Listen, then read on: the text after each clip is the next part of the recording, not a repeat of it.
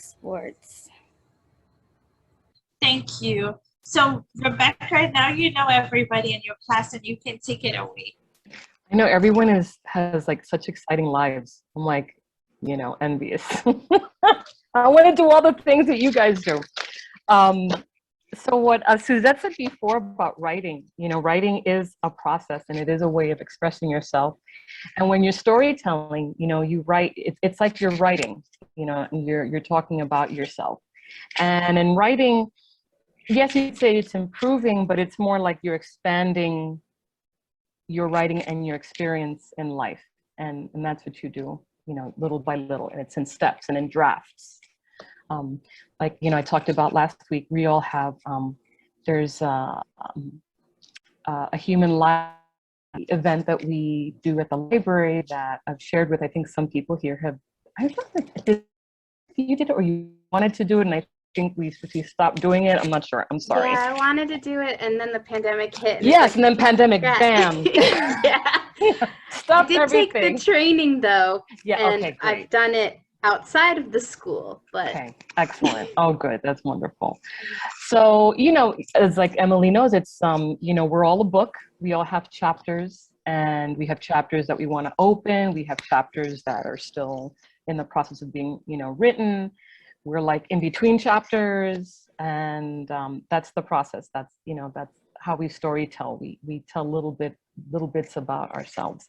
So what I want to do is kind of just quickly go over some of the slides that we went through last week. And then I want to put up a Padlet. It's the first time I'm using it. I don't know if you guys have done it. And you're going to write some stuff on it as well. And then we can share together and look at that. Okay, so let me share my screen.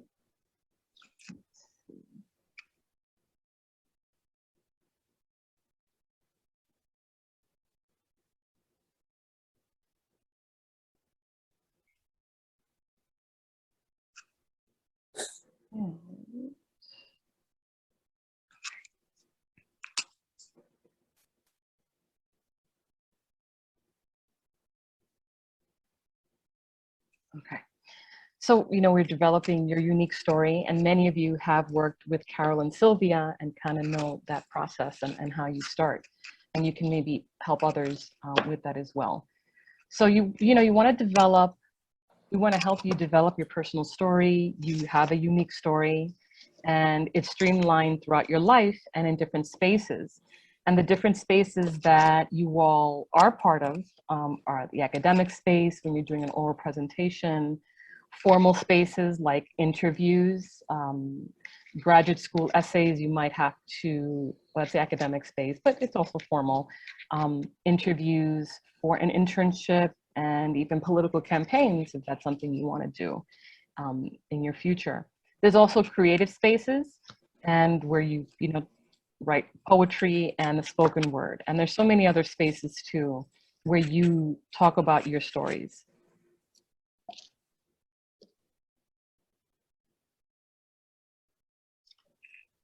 So some of the goals, we have Campus Life developed an Our Stories link. It's an online community, and you can put your stories up if you like, and you go through this process. And I think Jonathan can talk about that later. And after this class or during this class, you can decide what you want help with, if it's an introduction for a speech, for a political campaign, if you want help with your poetry, or how starting a spoken word piece, and an elevator pitch, which we talked about as well in detail last week. So the Human Library is something that the library has done. It started in Copenhagen, Denmark in the year 2000, and it's to help break down stereotypes, social barriers, and it provides a safe platform for people to tell their stories, their unique stories. And it's not just storytelling where you're just listening, it's actually an interactive experience where you are a book, and the other person kind of takes you out and wants for a half-hour session of talking, and they can ask you questions about your life, and you can discuss it that way. And that's the link down there, the Human Library in New York City. link if you're interested in maybe being a book and sharing your story. I'm going to pick people out. I know Aziza, I really liked your story, and that might be interesting if you want to do that. I know Emily's doing it, and this is for anyone who wants to participate. You can always ask me afterwards about it. You have personal narratives. This is a video that you can watch later, and you take a moment in your life and talk about personal narratives. I know last week, I think Carol and Sylvia talked about the experience, our experiences during the pandemic or at different times of our lives, where you can talk about a moment in time, a photograph in time, and discuss that. Personal narratives. Sorry, I don't want to go through that. Next one. We also went through the elevator pitch, and that's helpful for job seekers, where you have like maybe a paragraph or so that you've kind of memorized, but that will help you if you're going to, an interview and you talk about yourself. You can talk about, to tell your name, what school you're from, what your major is, what your interests are. And it's kind of like a short pitch to introduce yourself to someone else who wants to hear your story, but in a very brief and abridged version. And we can help you with that as well. So we just had some writing prompts that we shared. Some stories for interviews when you are doing either the elevator pitch or you're interviewing with someone. You can talk about when you solved a problem, when you overcame a challenge, when you made a mistake. People want to hear all different parts of you in an interview, not just, how perfect and amazing you are, but maybe you made a mistake and how you overcame that mistake and what you did. When you worked as a leader, they're interested in how you work in a team setting, and when you did something interesting. These are some stories for job interviews. We then went a little bit into the remote interview setup, and if you want to share your video or your poetry or piece on the Our Stories website, we can show you, we'll show you a little bit later about how to do that. Okay, so I want to stop sharing. Does anyone have any questions on anything or what might be of interest to them?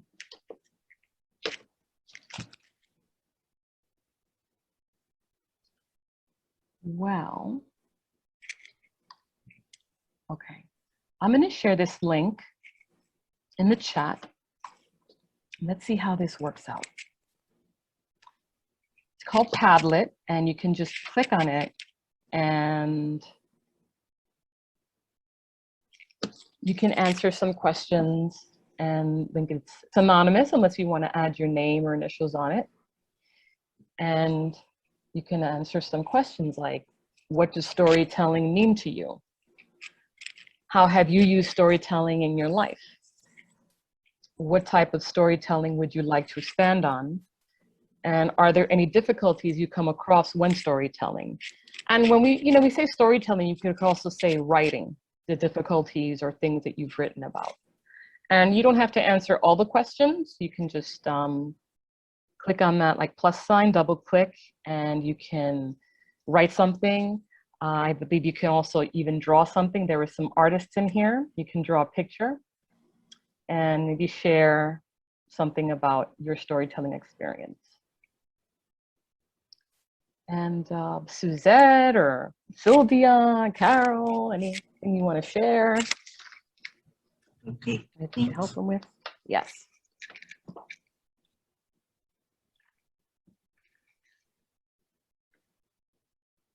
We can take a few minutes. Are you able to get on the link? I don't see it. It's just to me. You know what, Rebecca? I tripped you up because I direct messaged you early on, and you just sent it to me rather than the whole group. Oh, okay. I just saw it. Why did you trip me up, Suzette? Okay, everyone in the meeting. Sorry about that, guy. Okay.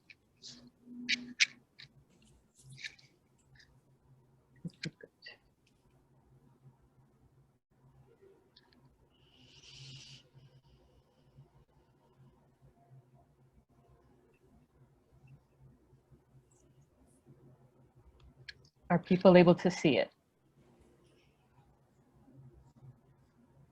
Yeah, we can see it, Rebecca. I think we Okay. need to sign up though. Oh, Do you we- do? We may need to sign up to write on it. Oh, I thought it was just double click anywhere. Not in the bot. So in the bottom right, you don't see like a plus sign that says double click anywhere. Drag and then and it puts up a title where you can write. No.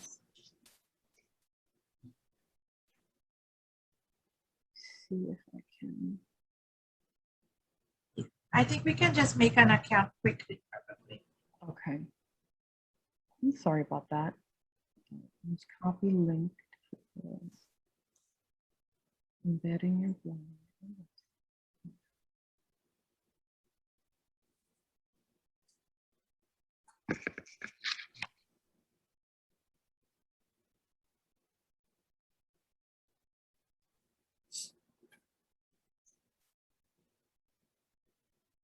Is it a long, like, set of questions? Maybe you could just like verbally ask them, or I don't know. Maybe.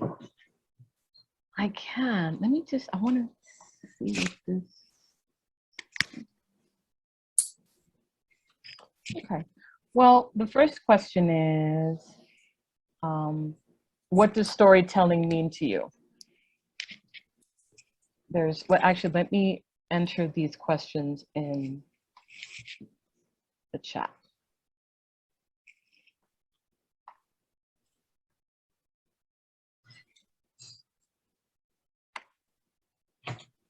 You know, there is a function in Zoom for whiteboard. I wonder if we could, Jonathan, do you know how to use that? That we could probably use it. It may do the same function as Padlet. Okay. Well, I guess we can put it in the chat. Just keep life easy. Yeah, yeah, maybe people could just write in the chat. Yeah.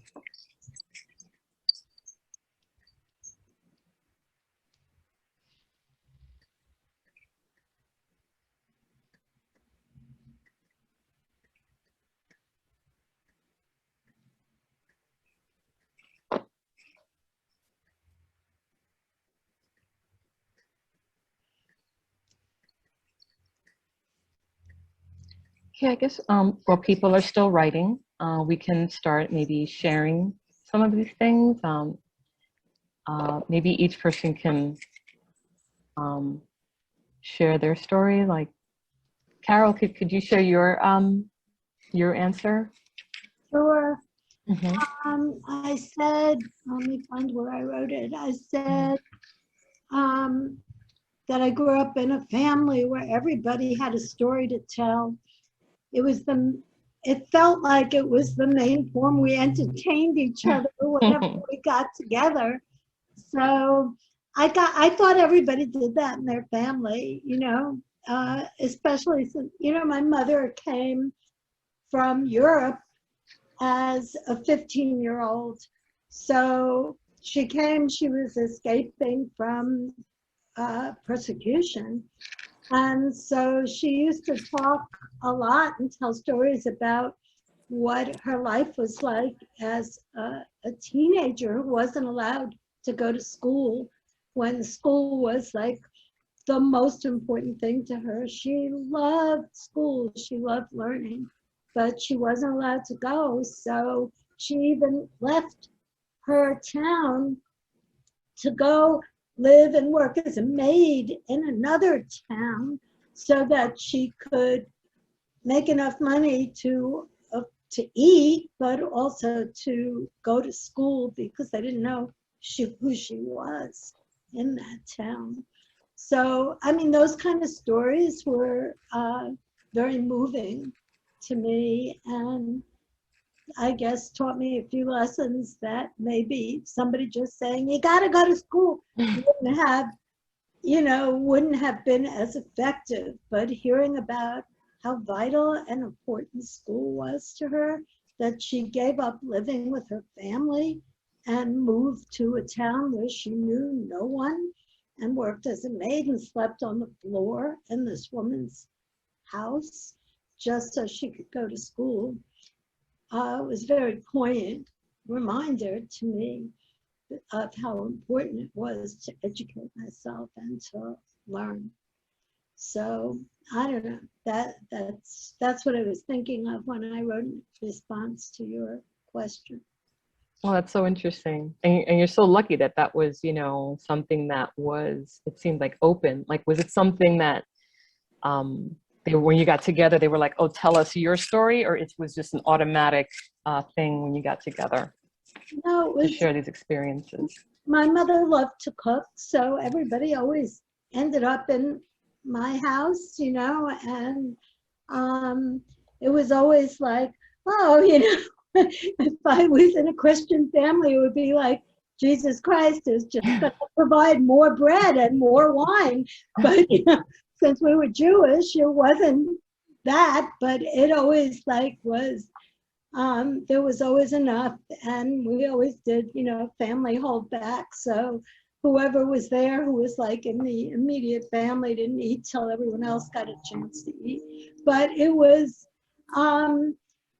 a way people sort of, I don't know, they talked about their lives, and even the way we told jokes to each other was in the form of a story. So and I only thought about that recently because I love humor and I love telling jokes, that I only realized now that all the jokes I heard as a kid and hear even now are really stories. So it really is interesting to me. It's interesting too, just another point, that it just seemed like there was a safe space surrounded by storytelling in your family. I don't think everyone has that, especially someone like your mom who is escaping persecution. Anyone who's, sometimes they may not want to share that. It brings back a trauma, but for your mom, it seemed like it might have been helpful for her to share that, which is wonderful. Yeah. So, okay, but the next one is, okay, yeah, that was me. Storytelling means sharing personal experiences. Oh, I hate that.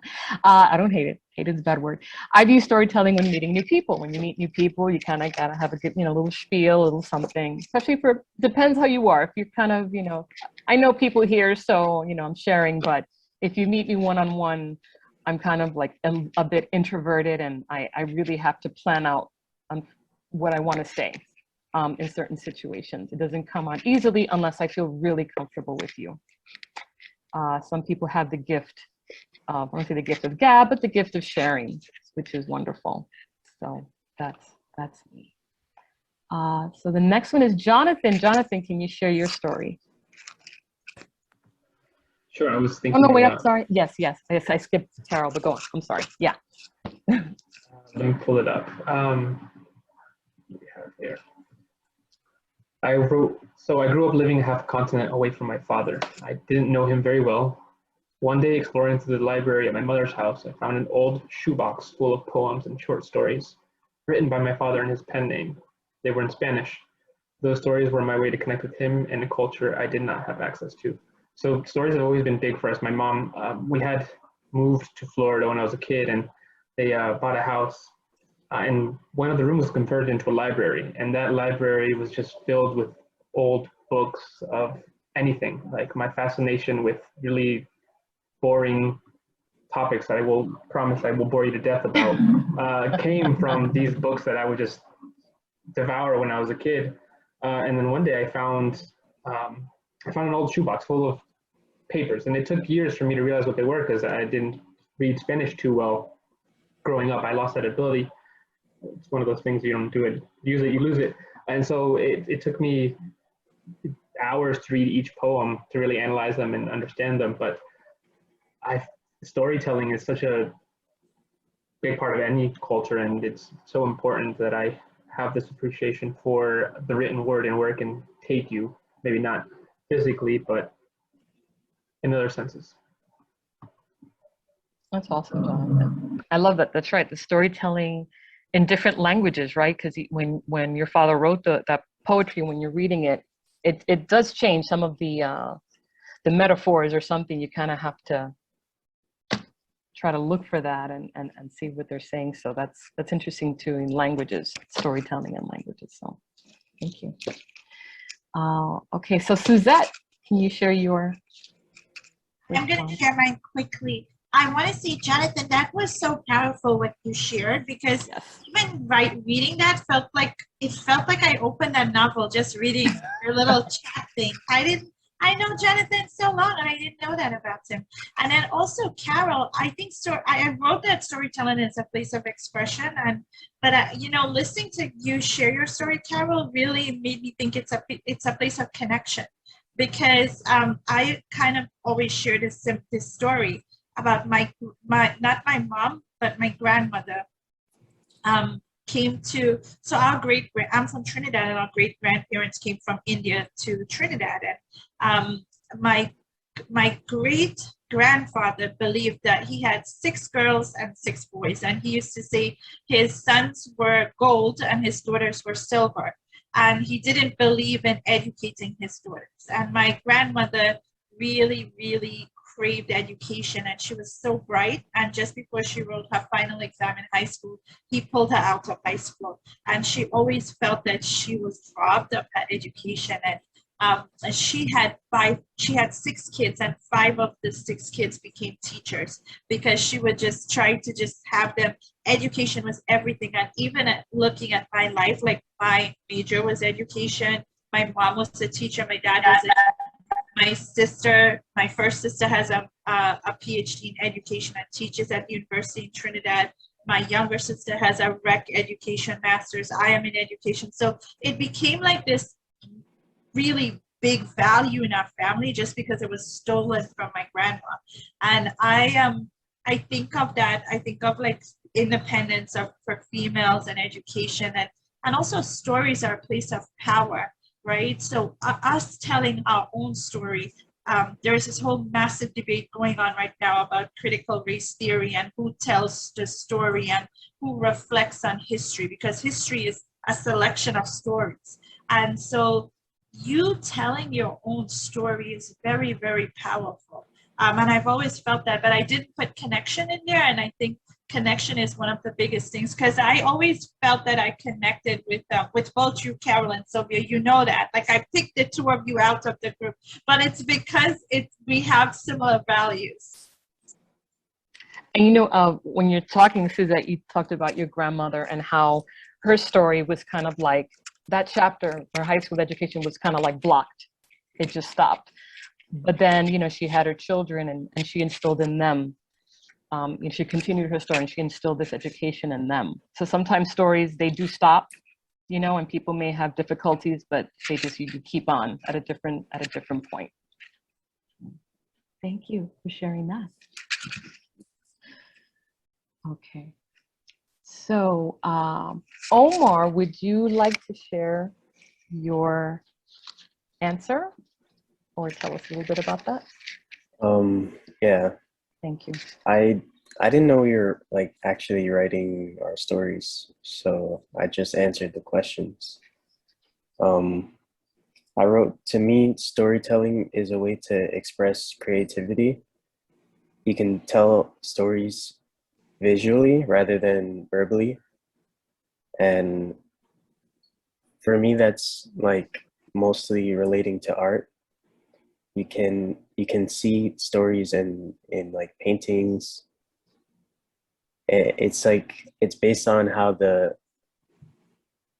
creator paints, like they have a vision in their mind and they hint at certain things that they want to tell in a story. Sometimes it can be something very little, like a facial expression or just like the color palette. So I like to keep storytelling in mind when I'm doing any kind of art, and that's what I'd like to expand on, is visual storytelling. And when it comes to actually writing stories, I think the most difficult part is like thinking of what to write next. That's really interesting, Omar, because I'm just thinking, as you're a comic book person, right? I don't know. Do you like comics, or are you just more just art? And I'm not into like reading them, but I'm interested in making my own. Okay. No, and I like the visualization of like a storyline that you have. I think that's very interesting, and that's when an artist has that, they have like these scenes or something that they can visualize. I don't know if I have that, but that's a unique, a different way of storytelling, which is really great. Yeah, that's really cool. And when you said you're not sure what to write, you can create those images. But yeah, someone else was gonna. I think, I don't know if mine is in the chat. I think I might have messed something up, but I said something very similar to Omar. I just wanted to pick up on that. I also talk through, express myself through images a lot. And there are so many different ways. You can tell your story through art, through music, through, and that's, it doesn't, I don't think it really matters how you do it. The important thing is to tell your story and that you tell it, and that that it isn't somebody else creating that narrative. Like going back to what Suzette was saying about critical, everyone's talking about critical race theory and all that, but the important thing about that is telling the story in a different way to reflect the reality of the people, that it's about. And so to me, that's the really beautiful thing about when we do our own writing or art or music, we tell our story. I want to read what you wrote, Sylvia. It says, there are so many ways to tell our stories. We can write, draw, make music, but the most important thing is to communicate and tell our own stories instead of being defined by a stereotype or the narrative of others. I really like that's powerful. That's true. And when what do you mean? Like, can you expand on that? On the maybe being, instead of being defined by the stereotype or the narrative of others. Well, I mean, I think it's my past too. My parents also were not English speakers. They had accents. They came from other countries. They were refugees. So, like that whole thing of how do you express yourself and how do you tell your story and let people know who you really are? That's not an easy thing. And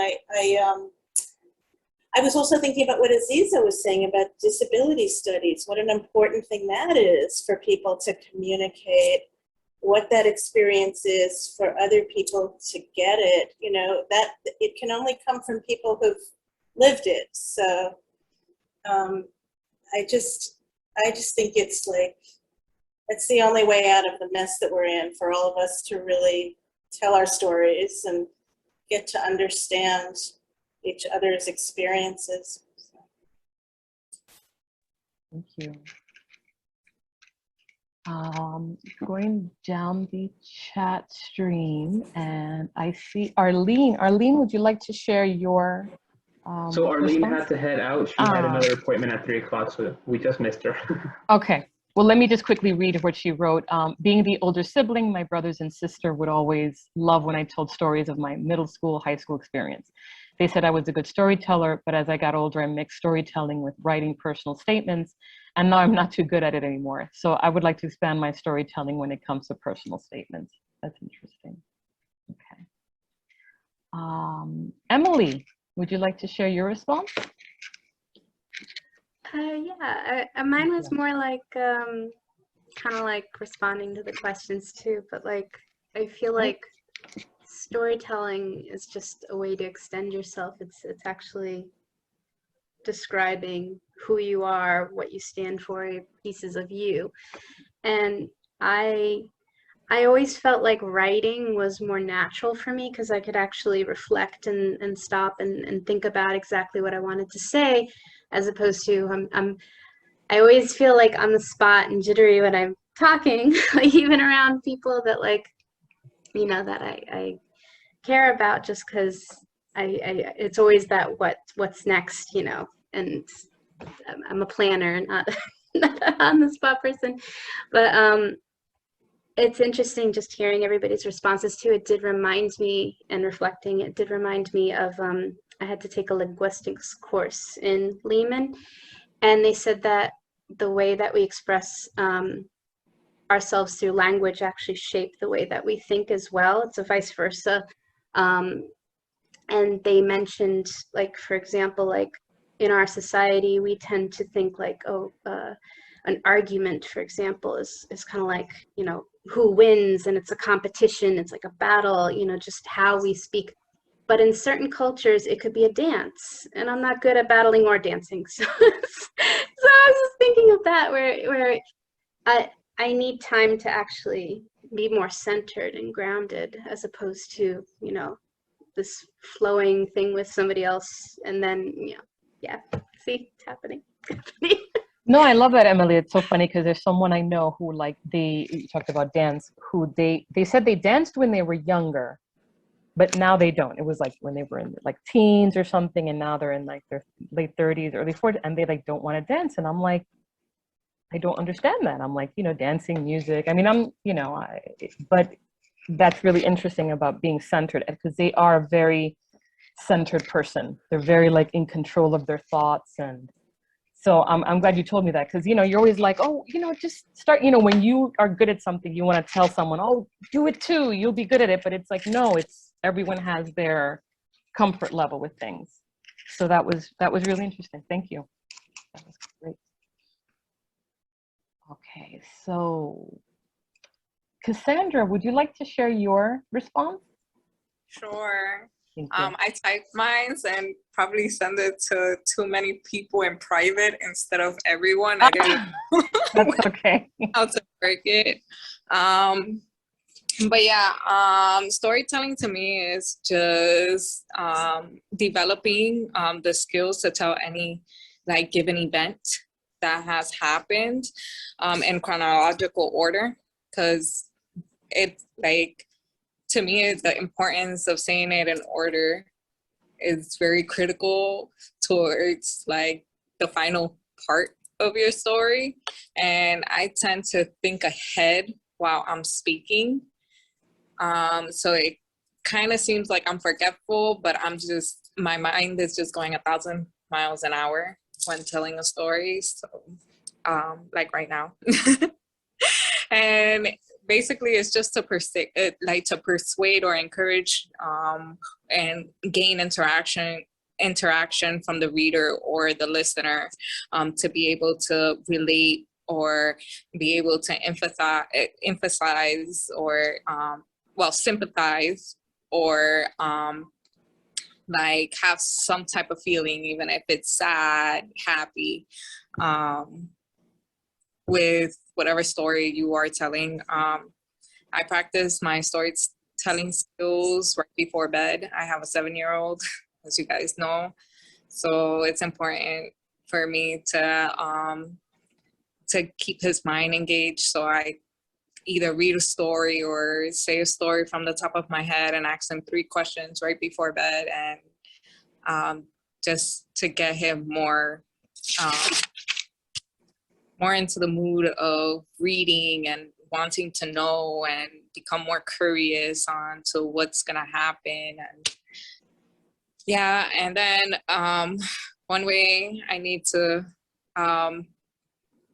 fix my storytelling skills is controlling my anxiety, thinking before I speak, and kind of gather my thoughts at the moment. And like Emily said, being centered is like very important. Everyone is centered in different ways. So because Emily has one way of being centered, I have one way of being centered, you have one way of being centered, doesn't mean that everyone else has the same way. So we have to also have some type of respect for that and learn from everyone else, because there's some techniques you could always use and implement to better the skills. I love that, Cassandra, because that makes me think about, I guess, the genre of storytelling and when you write things down, and the book that I think you were part of. Were you part of the book? Yes, and the book and that, you know, that Sylvia and Carol put together as well, that helped you guys with, and it's seeing all those stories of what were you telling, that everyone has their, what's the term? They have their ways of thinking, they have their ways of being, and so when you put it all together in a book, you can understand each person. Yeah. And that's the value of the storytelling, you know, to see all these different elements from different people and empathize with all these people and understand them better. So that was really interesting. I think that was the best part of the book, though. Mm-hmm, mm-hmm. Different personalities, so many different experiences, and so many different backgrounds. So every time you read each story or each poem, it kind of like gave you a sense of who that person is. And it's just so amazing. I loved it. Very true. Sylvia and Carol, what do you feel like when the students talk about that, the book like that?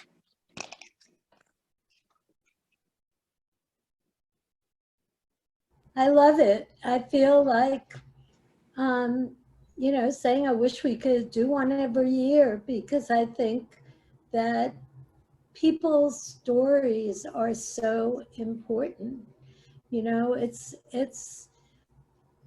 just what makes life interesting to me, is to learn what Cassandra's father was like, you know, to hear the story of Jonathan finding the shoebox with poetry that his father wrote. I mean, it's amazing.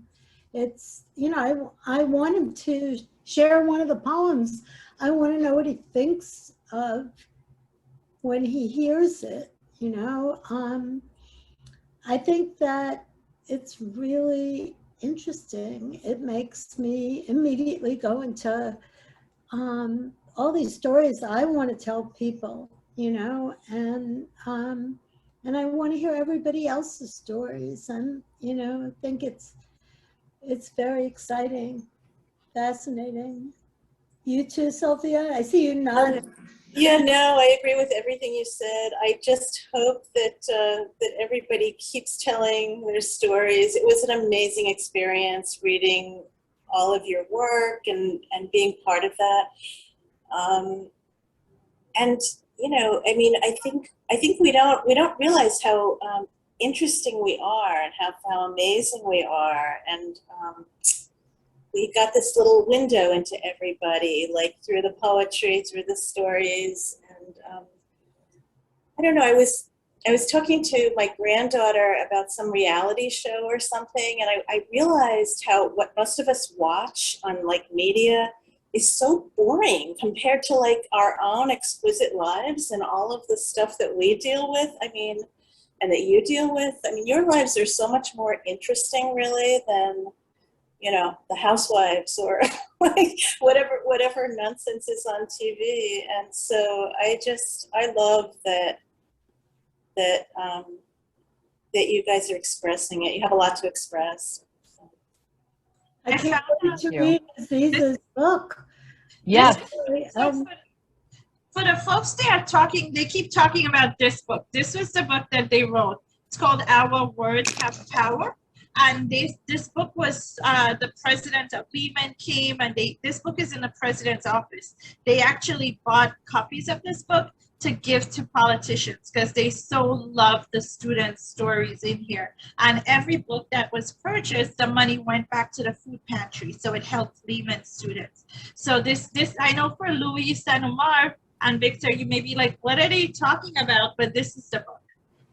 That and you know, we have this in the office, but I know you haven't even been in the office yet. Luis, if you have to leave at 3 o'clock, do you want to share your story now before we go to Aziza?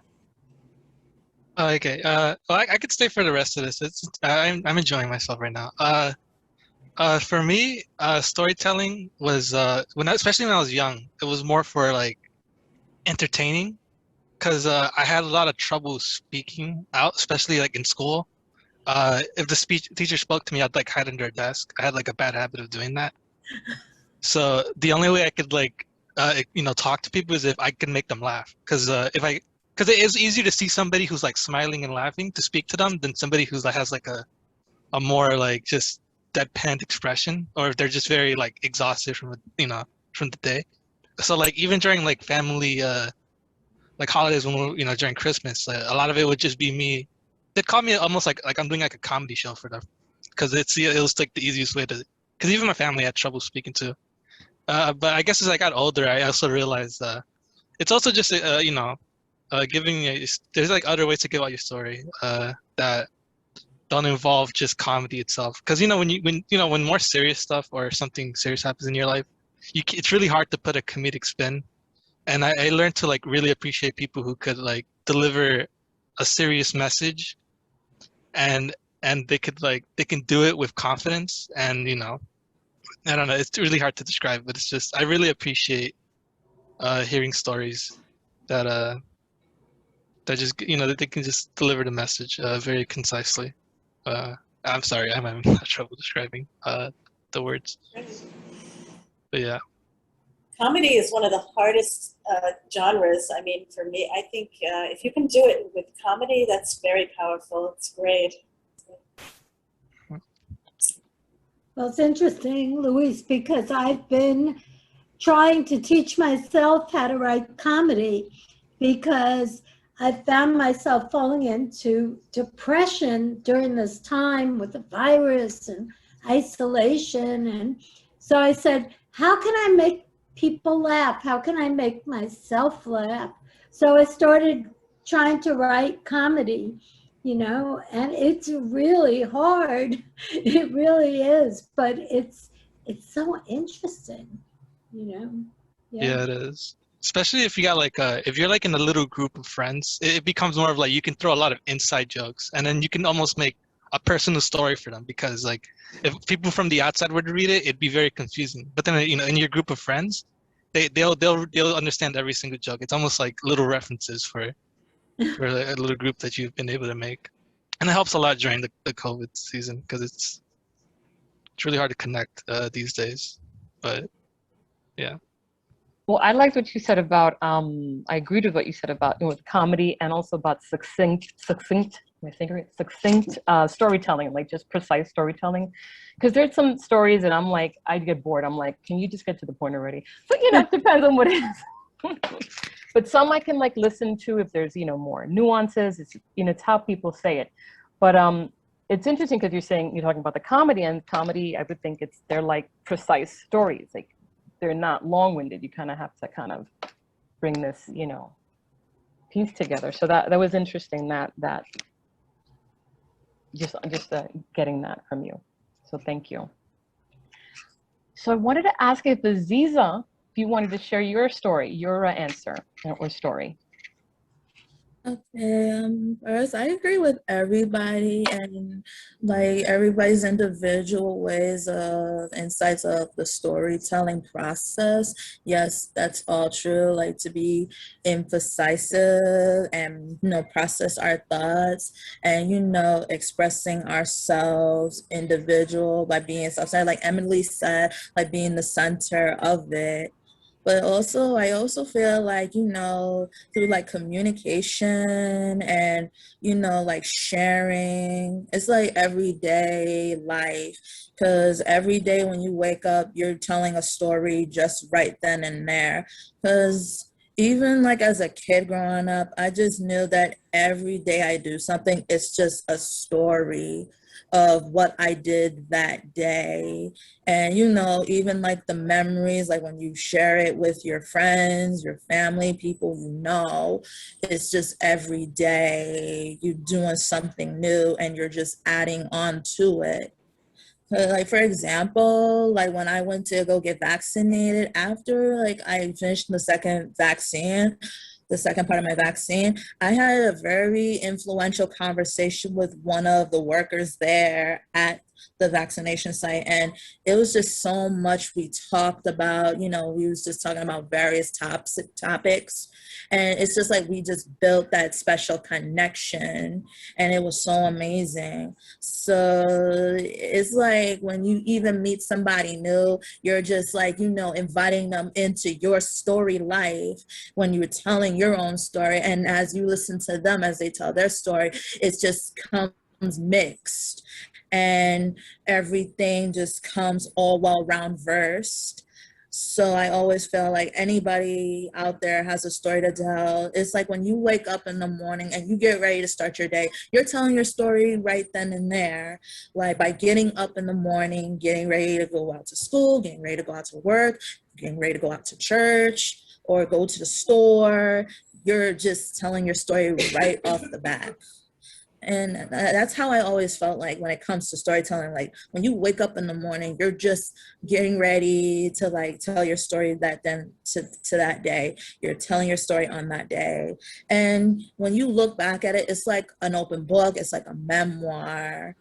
So like when it comes to storytelling for me, you know, you wake up every day telling your story right then and there.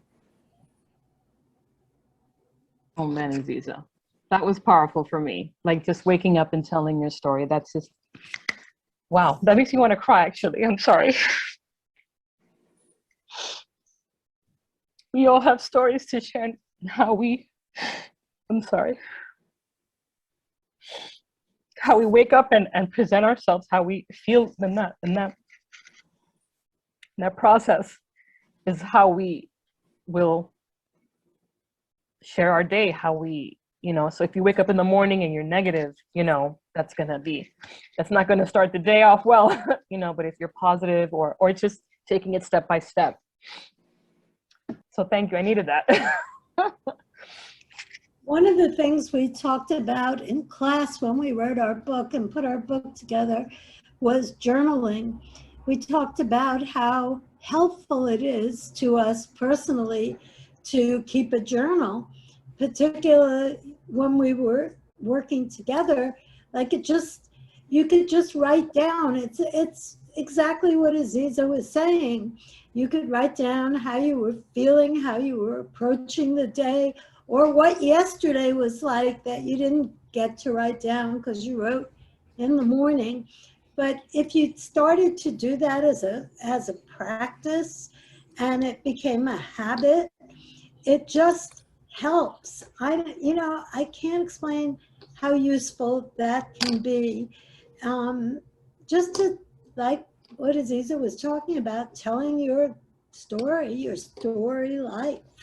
And it can be in any format you want to put it in, poetry, prose, or a joke. you know, this joke really captured how I was feeling, you know, but I know what you mean, Rebecca. It's very moving to hear about people's stories, you know, and how we can become effective storytellers and make those connections the way Suzette did when she was talking about her grandmother, you know. And I mean, I never met my grandmother, you know, just like Jonathan was talking about not having that connection with his father, but reading his poems connected him to that person, you know. It's really significant, you know. You're leaving a memory for whoever chooses to find it, discover it, and share it. So, yeah. Very true. So we laughed, we cried in this session. We heard so many things from everyone. I just want to thank everyone for sharing their personal stories. That's really wonderful and profound. And it just shows like that everyone can start off in a different way in their storytelling, and that no way is the wrong way. You know, we start off the way we know how, and then we can just kind of grow from that. I just wonder if anything from Suzette or anyone else wants to share. No, I think that it's so powerful because you know what, a part of this is just you just unite as a group, because there is like a basic level of humanity that we really just connect with. I can speak for the kid, like just Carol and Sylvia in your group, Emily, Cassandra, Aziza, like they were a family. Like they all, like I saw them in the student life building, they would all connect, like they had this common experience. And so it's really powerful what storytelling. And we should probably, you know, we did this program really because we wanted to create this space for students to feel free. And, you know, I think it exceeded what we wanted to happen, Rebecca. So that's a lot to do with you and your leadership. And thank you for that. And thank you, Carol and Sylvia, also for just being here and helping us with this. And this is not the end of it. Like, I think we are going to talk about how we can really move forward. I love